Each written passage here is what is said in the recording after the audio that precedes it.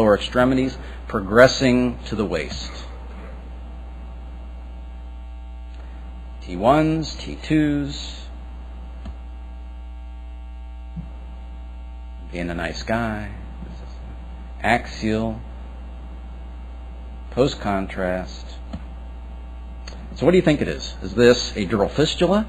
Is this a meningioma? Is it leptomeningeal metastatic disease? Is it an astrocytoma or lymphoma?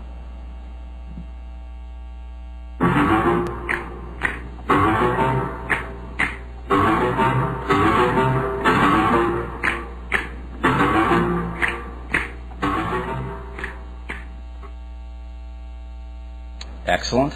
The correct response, meningioma. So you're identifying the location. I know it's intradural extramedullary. I only have to know three things: schwannoma, meningioma, metastatic disease. I've covered the basics for intradural extramedullary disease. You see the dural margin. Low-grade lesion, dural margin. So you've identified the space. These are the three things you need to keep in mind, and then everything else is sort of secondary. So what do you think about meningiomas and trying to figure those out? Meningiomas are most commonly occur in the thoracic spine. They have a female sex predilection. The majority are entirely intradural. They're hyperintense on T2 weighted images, or dense calcification renders the lesions markedly hypointense on all imaging sequences, which is not correct.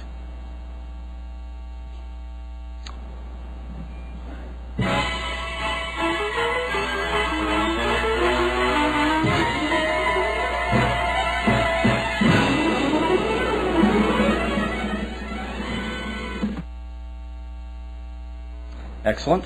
The incorrect answer is that hyperintense on T2 weighted. These look just like meningiomas in the brain. You expect them to be sort of iso to the parenchyma. They're not going to be markedly hyperintense. If you see an intradural extramedullary lesion that's hyperintense, you're going to think more likely schwannoma than meningioma. So meningiomas, bulk of these, the primary tumors that we see in the spine, going to be benign, intradural non-specific, as in all spine disease, the symptoms non-specific. Very classic meningioma, intradural extramedullary, cord being displaced away, widened CSF space, coming into the lesion, broad dural margin. Another example, more on plaque meningioma, circumferential involvement. When you see something like that, schwannoma is not going to do this, so I think metastatic disease, some type of lymphoma, would be also within the differential if you saw this for intradural extramedullary lesion. But the cord is going to be this component here, so you're really not thinking about primary cord lesion. So it's not ependymoma astrocytoma, it's the differential of intradural extramedullary.